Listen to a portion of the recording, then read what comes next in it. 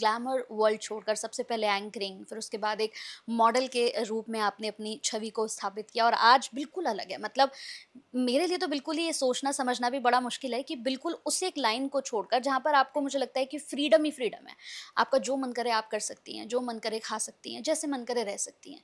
लेकिन यहाँ जिस पद पर आप अब हैं, जिस ज़िंदगी को आप जी रही हैं, मैं इसके बारे में जानना चाहती हूँ, ये शुरुआत कैसे हुई?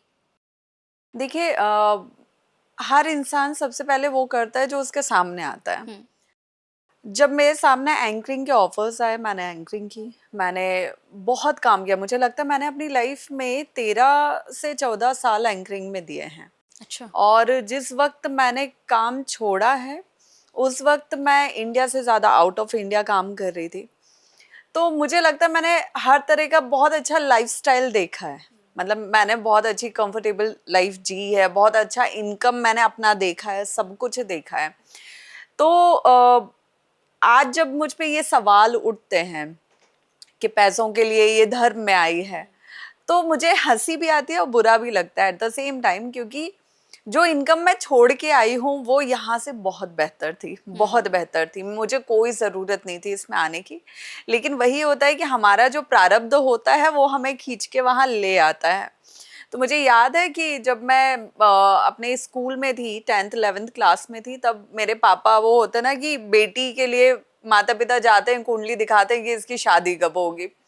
तो जब पापा गए कुंडली दिखाने, तो कुछ एस्ट्रोलॉजर्स ने बोला कि आपकी बेटी की कुंडली में सन्यास के योग हैं, और अगर आप शादी कर भी देंगे तो ये सन्यास इसको मिलेगा। हुँ, तो मेरे पापा ने मुझे 2 साल पूजा नहीं करने दी थी, लेकिन फिर मैंने धीरे धीरे थोड़ा थोड़ा पूजा करना शुरू किया। और 2019 में मैं गई थी अहमदाबाद गुरुकुल में, योगा गुरुकुल में। वहाँ पे मैंने जब योगा किया, तो स्टार्टिंग के 15 दिन तो ठीक था। 16वें दिन मेरे साथ प्राणायाम करते हुए कुछ ऐसी चीजें मुझे इंटरनली फील हुई जहां से मेरा विरक्ति शुरू हुई, लाइफ डाइवर्ट होना शुरू हुई। मैंने वहां से कॉफी कोल्ड ड्रिंक अपने आप ही छोड़ी, मुझसे कभी किसी ने कुछ बोला नहीं छोड़ने को।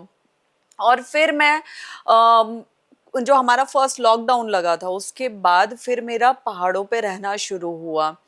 मैं एक पीस ढूंढ रही थी, मुझे नहीं पता था कि मैं ढूंढ क्या रही हूँ। हुँ, अगर आप एग्जैक्टली मुझे पूछेंगे तो मैं उसका आंसर भी नहीं कर पाऊंगी, लेकिन मैं कुछ ढूंढ रही थी जो मुझे सुकून दे।